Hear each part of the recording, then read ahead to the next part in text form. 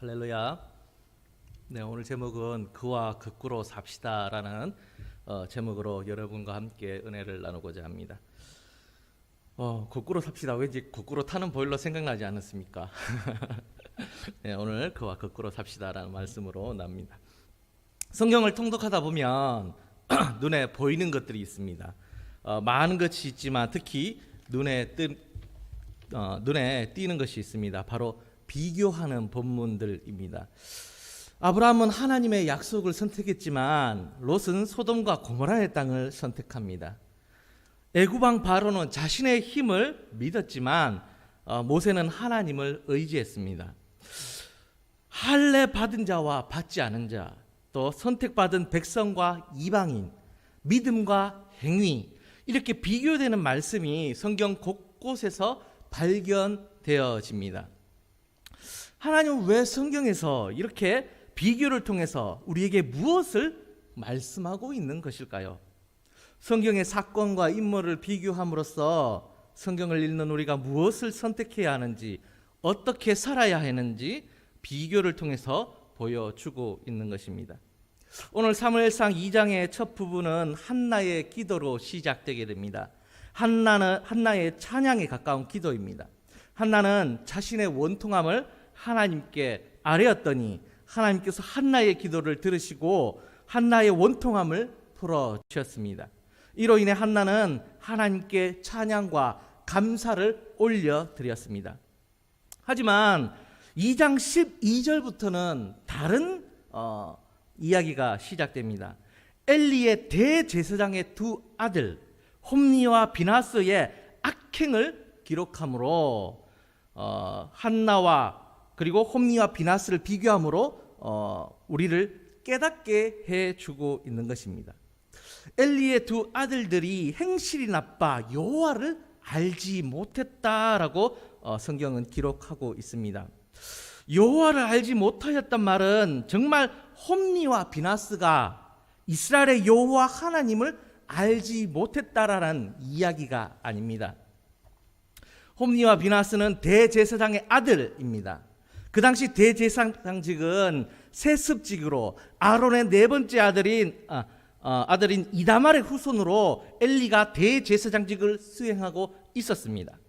엘리 제사장은 당연히 홈니와 비나스에게 하나님을 섬기는 방법과 제사법, 그리고 이스라엘 백성이 제사 드리고 난 후에 무엇을 가져가야 하는지, 율법은 무엇인지 가르쳤습니다.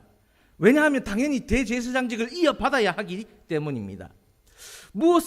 당연히 홈니와 비나스는 하나님을 알고 있었습니다. 율법도 알았습니다. 문제는 홈니와 비나스가 머리로는 하나님을 알았지만 이 마음으로는 하나님을 알지 못했다라는 것입니다.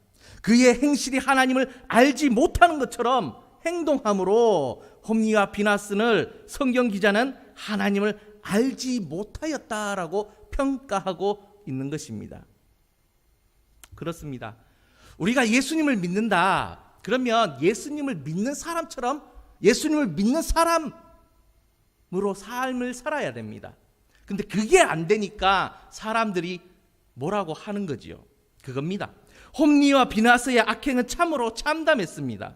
이스라엘 백성은 하나님께 제사 드리기 위해 성물을 준비하고 있을 때 새 살 갈고리를 가지고 와서 갈고리에 걸리는 대로 자기의 것으로 취했습니다. 이것은 명백히 율법을 어기는 것이었습니다. 레위기 1장부터 5장까지 제사 방법과 제사법이 기록되어 있습니다. 뿐만 아니라 이스라엘 백성이 제사 드리고 나서 제사장과 레위인들이 가져가야 하는 제물의 부위를 레위기 7장에 자세하게 기록하고 있습니다. 7장에 보시면 번제를 드렸을 때는 가죽을 가져가고 곡식 소제로 드리는 제사를 했을 때는 남은 것을 가져갈 수가 있었습니다. 화목제물을 드렸을 때는 우편 뒷다리를 드렸고 요제로 드렸을 때는 가슴을 가져갈 수 있었습니다. 속죄제와 속건제물은 그 제물을 가져갈 수 있었습니다. 하지만 홈니와 비나스는 율법과 상관없이, 법과 상관없이 갈고리에 걸리는 대로 그 제물의 부위를 가져갔다라는 것입니다.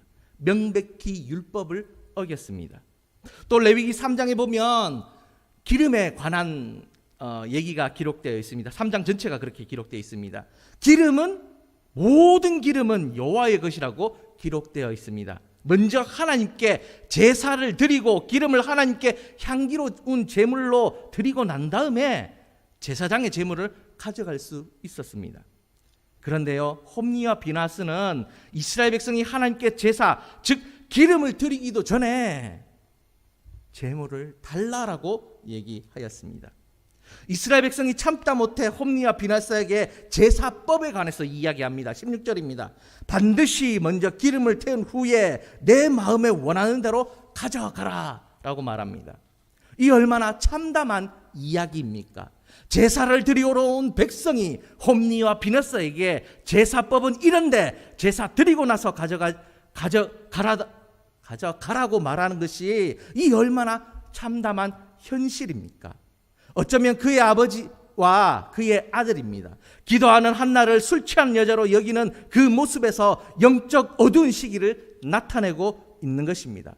그와 마찬가지로 일반 백성이 제사장인 홈니와 비나스에게 제사법대로 하라고 하는 그 소리를 들으니 이 얼마나 영적 어둠의 시대였는지 성경은 말하고 있는 것입니다. 그런데요, 홈니와 비나스는 또 이렇게 얘기합니다. 아니라 내가 내라. 그렇지 않으면 억지로 빼앗으리라. 홈니와 비나스의 악행이 너무 심했습니다. 적나라하게 기록되었습니다. 홈니와 비나스의 죄를 종합해보면 하나님을 무시했습니다. 신성한 제사 제도를 망가뜨렸습니다. 제사들이 온 사람을 실족케 했습니다. 제물로 자신의 배를 채웠습니다. 백성의 충고를 듣지 않았습니다. 아버지의 책망을 무시했습니다. 성막에서 간음을 저질렀습니다. 성경 기자는 이런 홈니와 비나스에게 이렇게 평가합니다. 17절입니다. 이 소년들의 죄가 여호와 앞에 심히 크면 그들이 여호와의 제사를 멸시함이었다라고 평가하는 것입니다. 여호와의 제사를 멸시함이 한 번뿐이 아니었습니다. 13절에 또 보시면 관습에 따라라고 기록되어 있습니다. 어쩌다 한번 가끔씩 저지른 것이 아니라 개역 한글 성경에 보면 습관에 따라라고 되어 있습니다. 즉 평소에 매일 매주 매년 습관적으로 하나님을 무시하고 하나님의 제사를 멸시했던 것입니다. 그런데요, 이런 가운데 성경 기자는 사무엘을 평가합니다. 단 한 줄로 평가합니다. 18절과 21절입니다. 사무엘은 어렸을 때에 세마포 에봇을 입고 여호와 앞에서 섬겼더라. 21절입니다. 여호와께서 한나를 돌보시사 그로 하여금 임신하여 세 아들과 두 딸을 낳게 하시고 그 아이 사무엘은 여호와 앞에서 자라니라. 홈니와 비나스는 다르게 여호와 앞에서 섬겼으며 여호와 앞에서 사무엘이 자랐다라고 평가하고 있는 것입니다. 단 한마디로 하나님 앞에 서 있는 사무엘과 죄 앞에 서 있는 홈니와 비나스를 비교하고 있는 것입니다. 여러분은 어디에 서 있습니까? 하나님 앞에 서 있습니까? 아니면 죄 앞에 서 있습니까? 여러분이 생각하기에 나는 사무엘이다라고 생각하시겠지만 하나님은 나를 어떻게 평가하시는지 성경을 기준으로 삼고 그 기준으로 나의 자신을 뒤돌아보아야 합니다. 자신이 착각할 수 있습니다. 나는 하나님 잘 섬기고 있다. 하나님 말씀대로 나는 교회 다니고 있다. 나는 세상 사람들에게 떳떳하다라고 생각할 수 있지만 성경을 기준으로 가지고 보면 내가 그렇게 사는 사람이 아닐 수도 있다라는 말씀입니다. 성경을 기준으로 가지고 살아야 하는 것입니다. 머리로는 하나님을 아는데 내 행동은 하나님을 모르는 것처럼 홈니와 비나스처럼 생활하고 있지는 않는지 성경 말씀을 기준을 가지고 나를 평가하고 있는지 천천히 생각해 보아야 합니다. 우리가 잘 알고 있는 가인과 아벨의 이야기가 있습니다. 가인과 아벨이 하나님께 제사를 드렸습니다. 하나님은 아벨의 제사는 받으셨지만 가인의 제사는 받지 않으셨습니다. 왜 그렇습니까?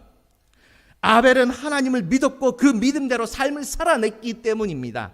하지만 가인은 하나님을 알았지만 하나님이 있는다는 것은 알았지만 그의 행실은 하나님을 모르는 사람과 똑같이 살았기 때문입니다. 그래서 성경은 아벨과 그의 제물은 받으셨지만 과인과 그의 제물은 받지 않으셨다라고 기록하고 있는 것입니다. 내가 믿으면 믿는 대로 행동한다라는 겁니다. 내가 믿는다고 말하지만 그 행동이 안 나온다면 그거는 아니라는 겁니다.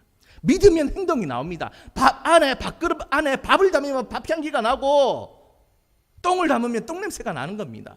당연한 겁니다. 진리입니다. 우리도 마찬가지입니다. 내가 하나님을 믿노라 하고 내 행실이 하나님을 믿지 않는 것처럼 세상 사람들과 똑같이 생각하고 똑같이 살아간다면 세상 사람들과 똑같은 사람들인 것입니다. 하지만 반대로 내가 하나님을 믿으면 그 믿음대로 구원받아 하나님께 감사함으로 그 감사함 때문에 하나님 내가 이렇게 할게요, 내가 봉사할게요, 내가 기도할게요, 내가 헌금 생활할게요, 내가 하나님의 말씀대로 살아갈게요, 그게 나올 수밖에 없다라는 겁니다. 하나님이 나를 구원해 주셨기 때문에 그 감사함으로 살아가는 거지 억지로 하는 게 아니라는 겁니다. 사무엘은 하나님의 말씀대로 믿었고 삶을 살아냈습니다.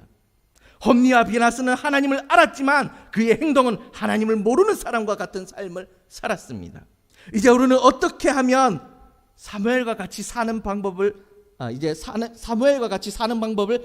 되었습니다. 어떻게 하면 하나님을 멸시하면서 살아가는지 알게 되었습니다. 어떻게 하면 하나님을 멸시하지 않고 살아갈 수 있는 방법도 알게 되었습니다. 어떻게요? 홈리와 비나스처럼 반대로 살아가면 된다라는 겁니다. 예배를 잘 드리면 됩니다.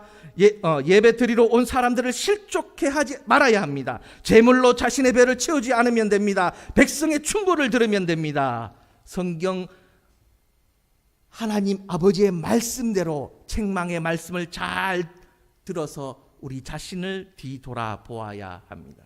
그렇게 하면 홈리와 비나스대로 반대로 살면 사무엘과 같이 하나님 앞에 서 있고 하나님 앞에 자라는 저희들이 될 것입니다. 기도하겠습니다.